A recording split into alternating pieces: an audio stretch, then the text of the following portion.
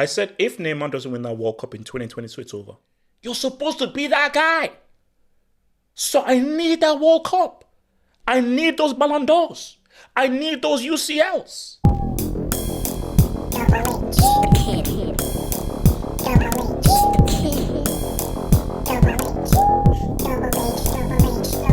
I had to go 94 because, guys, buckle up, get a meal and a drink. Press pause. Press pause right now. Guys, I want you to press pause right now.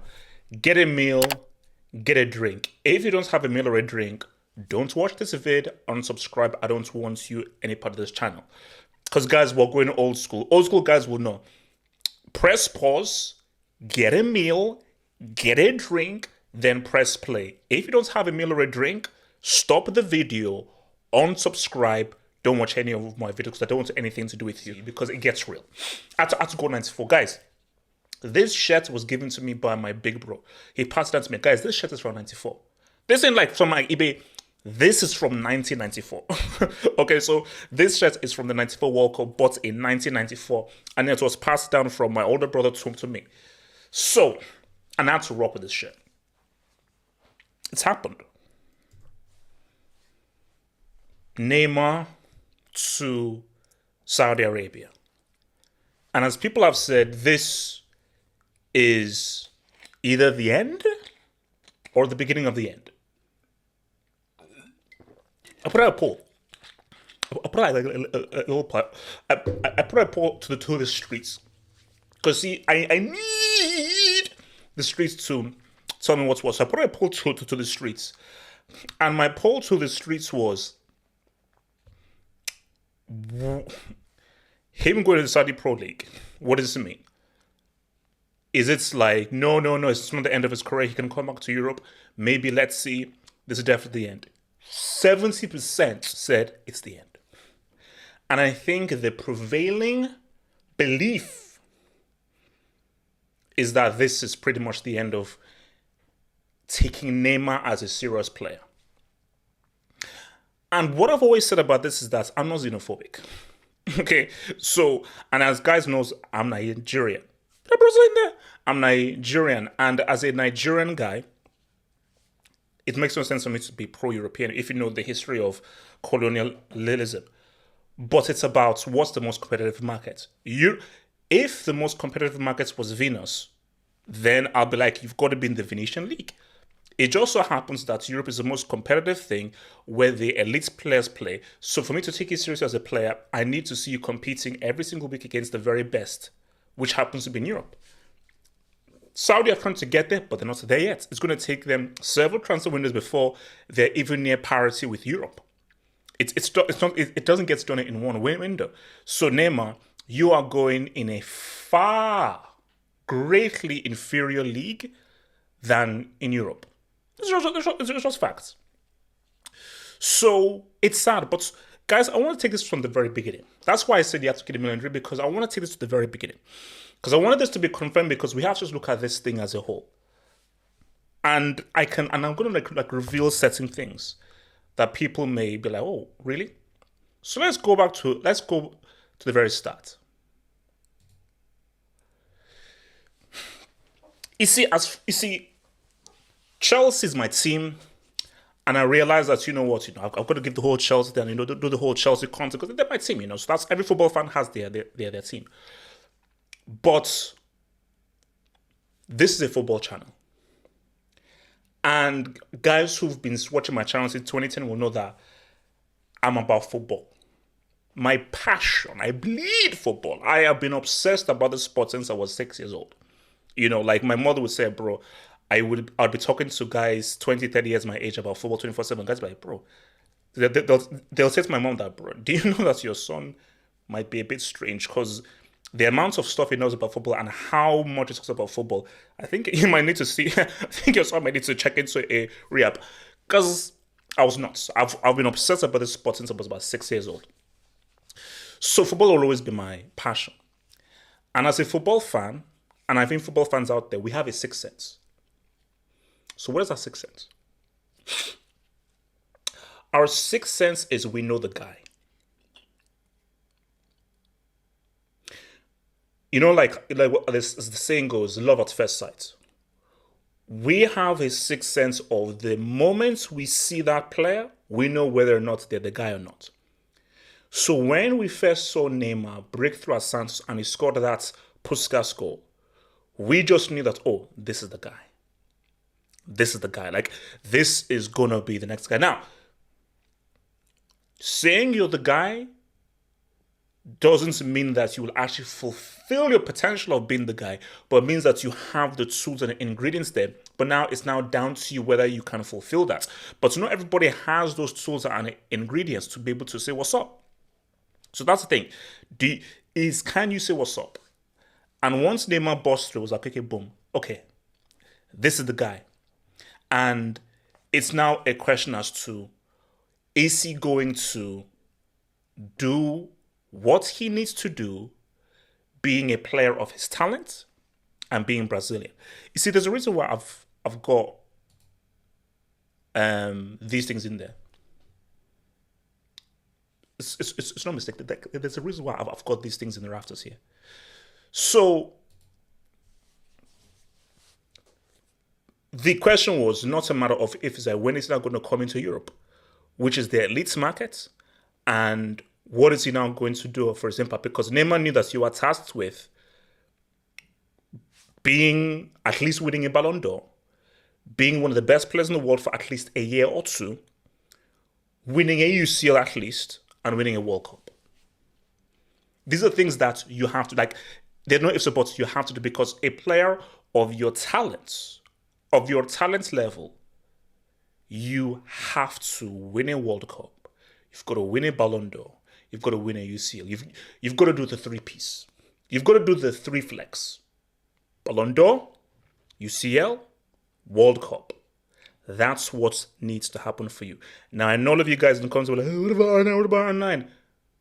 R9 is special because his kneecaps got exploded by a grenade. So, grenade attacks for R9. So, that's all fair. So, it was only a question of time before he joined Barcelona. It had to happen.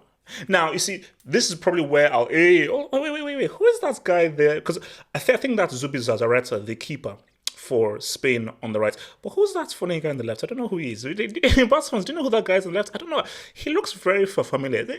Batulini, Ambelumi, I don't know. Guys in comments, tell me who that guy is on the left.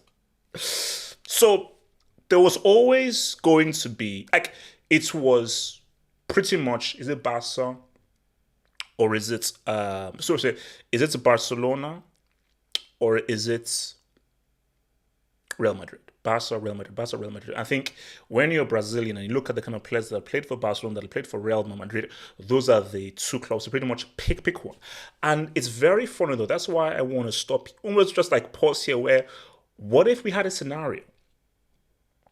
What if we had a scenario where Neymar actually went to Real Madrid? How different would that have been? And what path could he have taken? Because if he was at Real Madrid, it would have been very interesting.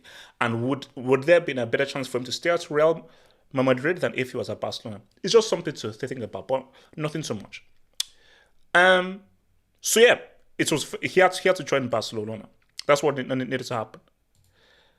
And you see, once he was at Barcelona, we were seeing this guy be that dude. It was like, aha, this guy is walking the path. He's walking the path, and he is on a potential trajectory to be a all-time. You see, there are two types of players that you can be. There are generational players, then there are all-time players. See, if you're a generational player, okay, you are one of the players of your generation. You see, like you can argue that Cruz is a generational midfielder. He's not an all-time midfielder. But someone like Pirlo or Xavi, those are all-time midfielders because those guys are multi-generational.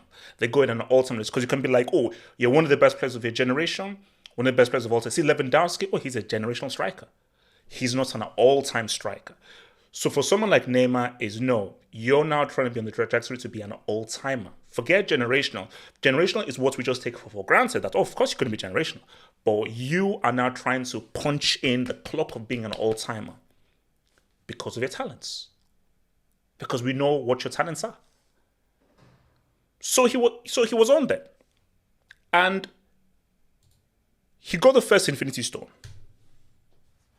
Now, here's the thing. Who was the best player? Who was the most important player? It doesn't matter. We did a top 10 list of like top 10 best, greatest treble winning teams. And it was pretty much unanimous that the 14-15 team is the greatest treble winning team in the Champions League era. Like, it was unanimous. Like, we argued with everything else, but we all came to agreement that those guys, they said what's up. And Neymar was money. Neymar was money. He was 100% money. And that's first Infinity Stone was okay, boom, he's getting there. So things are looking good. Things were looking good here. So just the assumption, an assumption is a very, very, very dangerous word. Assumption is the most dangerous word in football. Could you just use option? Oh, he's going to stay at Barcelona. He's going to commit to Barcelona, whatever happens. But assumption is very dangerous. You see, some thought this would be one of his finest hours. And here's the thing though. Some may say this was his finest hour for Barcelona. It was not. What was his finest hour for Barcelona? Just think. I mean, before I put it up, I'll give you guys to think. What do you think his finest hour for Barcelona was if it wasn't to the UCL? Just give you a moment to think. Just think, look at that. Like, this is probably a moment where when we look back, like, boom, this is why this is a special player. This was really Neymar's moment. And his finest hour as an individual, in terms of what he did individually. I think you know. We all know what it was. Miracle at Camp Nou. People may argue that it is perhaps one of the finest 9 minutes. Again, I'm not sure. Guys, talk to me in the comments below. Perhaps one of the finest 9 minutes or so of an individual we've ever seen. Not just 9 minutes, 9 clutch minutes. And in those 9 or so minutes, they needed 3 goals. After PSG scored their away goal thanks to Cavani. The clutch penalty that Messi did not want to take because of the pressure, the superb free kick, and that stupendous, outstanding pass that gave Sergio Roberto a career. So he was instrumental in 3 of the goals that pretty much turned around one of the most historical football matches I think that we've ever seen, and one of the greatest comebacks in football history. So once I saw this, we are only at the beginning of the kind of memories that he's gonna bring in. But perhaps there was an issue here. You can't have 2 alphas. You can't have 2 alphas. You can't. You need an alpha, and you need. You see, I don't want to use the word sidekick because that's rude. You need co-pilots, assistant captains. See, I don't like the word sidekick. But you need guys who help the alpha. You can't have 2 alphas. And Messi was the alpha of that team. And what I said was, and I said this many times, we're not seeing the full Neymar at Barcelona. We are not seeing Neymar at his full power, his full talent at Barcelona. Because to get the fullness of Neymar, Messi can't be there. Because the way that system worked structurally, you can only have one guy who is all-encompassing. And then other guys fit their role. So Jaws has his role, Neymar has his role, Messi is the Geppetto and the playmaker and the puppeteer. But we know Neymar can be puppeteer. We know Neymar can be a Geppetto. And we know Neymar can be all-encompassing. You can't have 2 puppeteers. You can only have one. And you couldn't usurp Messi because Messi was just that freaking dude. And this was his team. So, guys, hindsight is 2020. And what we're not going to do is use 2023 brain or 2022 to brain for 2017. So what I want everybody to do is get a DeLorean and cast your mind back to 2017. And remember what football was and how the football world existed back in 2017. Again, remove 2023 brain, remove it, get rid of it, and plug back as to how we viewed the world in 2017. I still defend the decision. In 2017, I still defend it. It's made sense. For Barca fans, of course it didn't make sense for Barca fans because Barca fans wanted that freaking dude. You know, for Barca fans, they were like, he's right there. He's our guy. We know he can say what's up. And we can't lose a supremely talented dude. So for Barca fans, of course, they were the guys that were angry. But for football fans, who wanted to see Neymar at his very best, this made sense. This made sense. So in 2017 brain, not knowing the extent of how useless PSG was as a club and how unserious they were, it made sense that Neymar having his team where he can now be the Geppetto, be the puppeteer, be all-encompassing, and really see his full talents at display, it made sense. Also, let me even add one in. Parity. If we have another big player in the UCL, it makes the UCL better. The more big teams and the more superstar players are spread out, it makes the competition way better. So I thought this is going to make the UCL a lot stronger, a lot more interesting, because now you now have PSG that's now another threat. And for me, that is a great thing. That is a great thing. But again, nobody can predict the future. Nobody can predict the future. We are not Nostradamus. I wish I was. Nobody can predict the future.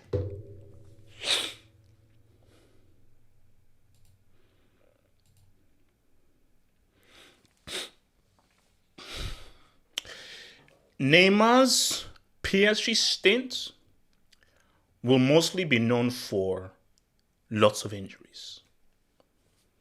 Lots of injuries. A lot of freaking injuries. And I feel that is pretty much what held him back, because I think they said like the first time, obviously before afterwards, I think the first time PSG reached the UCL final was the first time Neymar was fully fit throughout the entire campaign. All the other times that PSG went out, Neymar was injured for like the second leg of the crucial game. So he was unavailable for the game in which they went out. So you then say to yourself, if he was fully fit, didn't have all his injuries, could PSG have won a UCL earlier? Who knows? Who knows? But they did come close though. You see, if Neymar had found a way to win PSG that UCL, vindicated. 100% vindicated. His move would have been 100% vindicated. Hey, I left Barca, and as a superstar and as a face, I not only won a UCL as a face of dude, but also as a superstar guy. Because people say, okay, why should that matter? Do you know why that matters? That matters because of this. Dino's UCL in 2006 is more meaningful than Neymar's UCL in 2015. Because before 2006, Barca not won the UCL since the 90s. I think that was under Cruyff. And that was seen as a revival. And Dino put that team on his back. I get it. He didn't have the greatest final. But they don't even reach that final without Dino. So Dino being the face of that team and only really with Eto'o. Because really the only two truly exceptional players in that team was Eto'o. Iniesta was super young. Rijkaard didn't like Javi, so Javi was hardly in the team. Deco was there. So it was really Dino, and the next best thing was Eto'o. But Dino was a solitary face of that team, putting the team on his back. Go watch his performance against AC Milan. Probably one of the greatest individual performances in any UCL game was his performance against AC Milan in San Siro. Because I think it was a draw in Milan, because that game in San Siro, that's where he gave birth to Nesta, gave birth to Gattuso, gave birth to Pirlo, and that's where he did that ridiculous pass to Juli to score the only goal. So go watch his performance there. Like, what Dino did in that campaign was amazing, and he deserved that Ballon d'Or. So that is why Dino needed that UCL. No, so sorry. That's why Neymar needed that UCL. Because if he had won it, he would have fully vindicated everything. But the biggest issue for Neymar was this. This was the biggest issue. Mbappe was supposed to be Neymar's side chick. Mbappe was supposed to be Neymar's side piece. But once Mbappe did this, everything changed. This was not supposed to happen. Remember, the dots are correcting. This was the World Cup Neymar was supposed to win. 2014, first one out. Obviously, you got injured. 2022, yeah, everything, but possibly. 2018 was the World Cup. Fully fit, not fully fit, 2018 was the World Cup. Because when you look at that field, I remember Brazil, I didn't think Brazil were favorites in 2022, personally. Brazil were favorites in 2018. Brazil were perhaps the strongest team in 2018 at that time. Remember, nobody was looking at France. No one's really looking at this guy, specifically after they dropped the ball in the Euros in their own home turn in 2016. Nobody was looking at France. Belgium have no freaking heritage. And you have England and Croatia in the other semi. That was the World Cup for Brazil. Argentina completely messed up. Germany out in the groups. Italy didn't even qualify. That was the World Cup. But once France won the World Cup and Mbappe was the face of that World Cup win as a teenager, it changed everything. And you had the same issue. What's the issue? You can't have two alphas. You can't have two alphas. And Mbappe winning that World Cup, he became an alpha. He became an instant alpha. And there is not enough space for two alphas in one football team. In any football, you cannot have a football team with two alphas. You can't. There's going to be one alpha, one face, one superstar, one guy, and everybody else says, what's up? You know? We saw it with your boy. You can only have one alpha. You can only have one alpha, one superstar that you build your team around. So, this was definitely the issue. Having your boy Mbappe in there. You see, you look at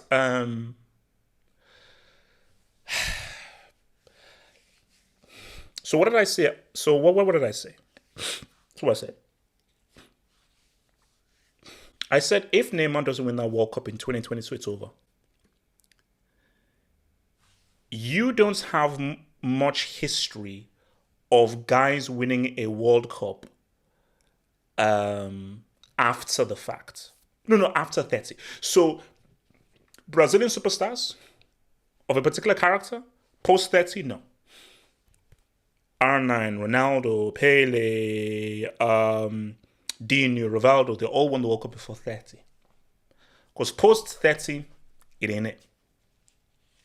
So I still believe that his best chance was 2018. But who knows, you could have done something special and surprised all of us in 2022 with your boy Richarlison. But by him not doing that, I was like, my gosh. And I said before the World Cup that if Neymar doesn't win the World Cup in 2022, he's going to mentally check out of football. He's going to mentally check out of football. Which is where we have this situation here. Because this is about money. Where I think they say it's $300 million. So this is proving my theory right that post that World Cup, specifically if he doesn't win the World regardless, if he either won the World Cup or he didn't win the World Cup, win or loss, after that World Cup, Neymar will pretty much mentally check out of football. And it's been proven here.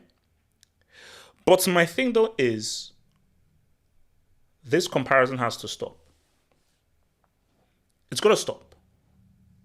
Because it doesn't matter about Neymar's goal record or his consistency, it doesn't matter.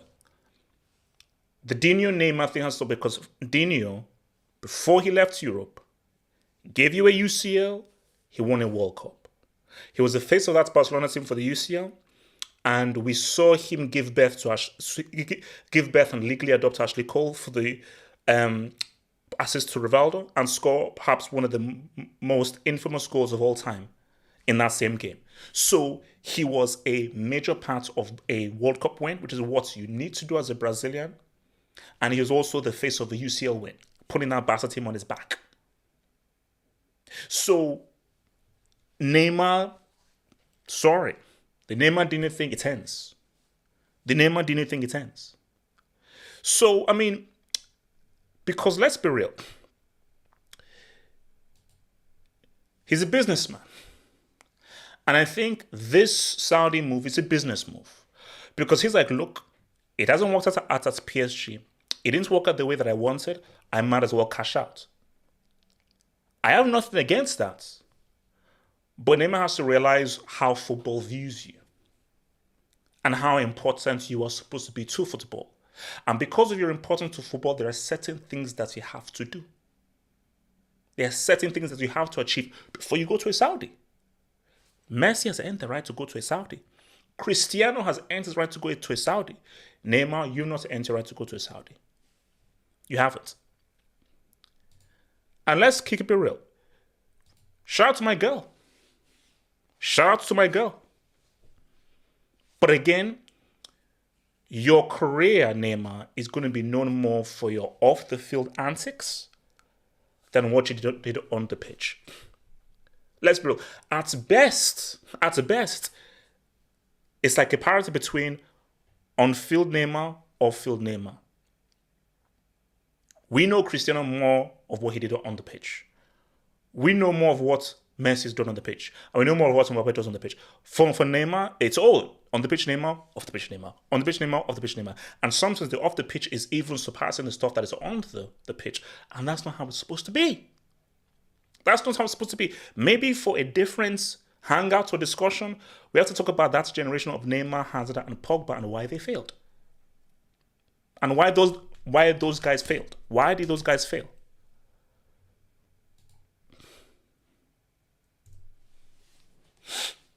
Is it over for is this the end for Neymar? Is it over for Neymar heading to the Saudi Pro League? I think yes. Guys, I'm not Nostradamus. We don't know what the future holds. Maybe there's a scenario where he spends the 2 years. Remember, there's no obligation to extend whatsoever. Who knows? He spends 2 years there, gets rejuvenated, somehow finds a club in Europe, leads them to a UCL, wins a Ballon d'Or. Who knows? Stranger things have happened. I can't predict the future. But remember, I'm talking in 2023. I don't know what 2025 or 2026 holds. But talking in 2023, in 2-3 years' time, I don't believe Neymar is going to be relevant again in football. I do not know. Like Neymar's last stint is with Brazil. And what he could potentially do with Brazil. That is his last stint. But in terms of club football, like Neymar is pretty much just going to be known for that UCL. And I'm sorry, for a man of your talents and what we expected of you, that's not enough. One UCL, no Ballon d'Ors, no Copa America, no World Cup, that's not good enough. Because guys, why was I so hard on Neymar? Why was I so hard on him? And why was I so emotional, so aggressive about him? And why was it that whenever I insulted him, I insulted him with so much venom and so much vitriol? Because I know how good he is. That guy I saw at Santos, that guy I saw at his first World Cup in 2014, I was like, this is this generation's guy. And because I know how good he is, it's angered me. It's pained me as a football fan that he wasn't fulfilling his damn potential. Because this was how the story was supposed to go. He wins, of course he wins a Ballon d'Or. He wins two. He wins at least 2 or 3 UCLs. There is at least a year in which Neymar is undoubtedly the best player. We had a discussion in the members' hangout. I asked the panel, and I ask you guys again. Let me ask you guys this question that I asked the members of the members' hangouts. Was there ever a year, was there ever a year that Neymar was undoubtedly the best player for a season? Forget about what the Ballon d'Or voting. Because for me, Ribery was the best player 12-13. He was the best player. Snyder was the best player 09-2010. Was there ever a year where Neymar was undoubtedly and the undisputed best player for that year? I'll wait. No, he wasn't. There was never a year where Neymar was the best player. That's crazy. That's crazy. Because you had more than enough time. Because don't say Messi, Ronaldo tax. Because bro, Neymar and Messi's talent level, there is not much the discrepancy there. The gap is negligible of Neymar's talent level and Messi's talent level. I prefer the way Neymar plays to Messi. We know Messi is a freak of nature, and Messi is a freaking unicorn and one of the greatest talents we've ever seen. But we know what Neymar can do. Football fans, we know what the hell Neymar is. Bro, I'll say it.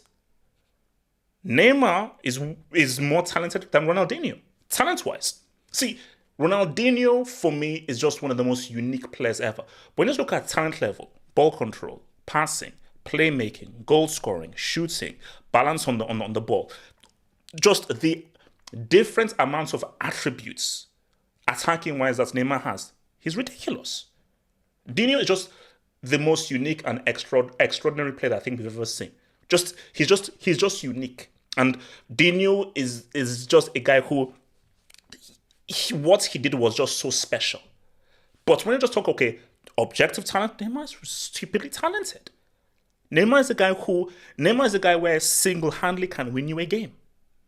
Single-handedly can win you a game. Hence why him and Messi's talent level is minimal. That's why it was a cheat code that you had both of these guys on the same freaking team. So how there was never a year where you were undoubtedly the best player? That's crazy. That's criminal.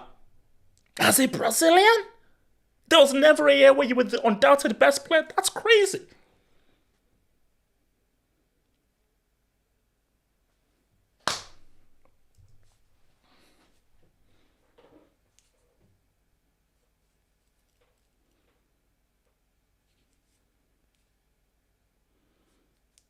I don't know, man. Because with Neymar now going to the Saudi Pro League, where is football now? Where is football now? I mean, is it now Mbappe's world? And look, I'm an Mbappe guy. But I know for sure that Mbappe is not nowhere near the talent level of Neymar. He ain't. Like, even when I say Mbappe and so, he isn't the guy. He's talented. He's that dude. Because, see, for me, Mbappe is like Cristiano, where, boom, you are a damn good player. But Neymar is like Messi, where, because when we first saw Messi, it was okay, that's the guy. I remember when me and my brother saw Messi, we're like, because we said, wait, can you really be an amazing player with a name like Messi? So, but me and my brother were like, oh, he's the guy. When we first saw Messi, oh, he's the guy. Because as football fans, we have a sixth sense of when we see the guy. So when we first saw Neymar, I said, oh, he's the guy. Oh, this is the guy. Mbappe is amazing. Cristiano, you are amazing. No. Hazard, oh, you're amazing. No, but Neymar, you're the guy. And as the guy, You're supposed to be the guy. You're supposed to be that guy. So I need that World Cup. I need those Ballon d'Ors. I need those UCLs.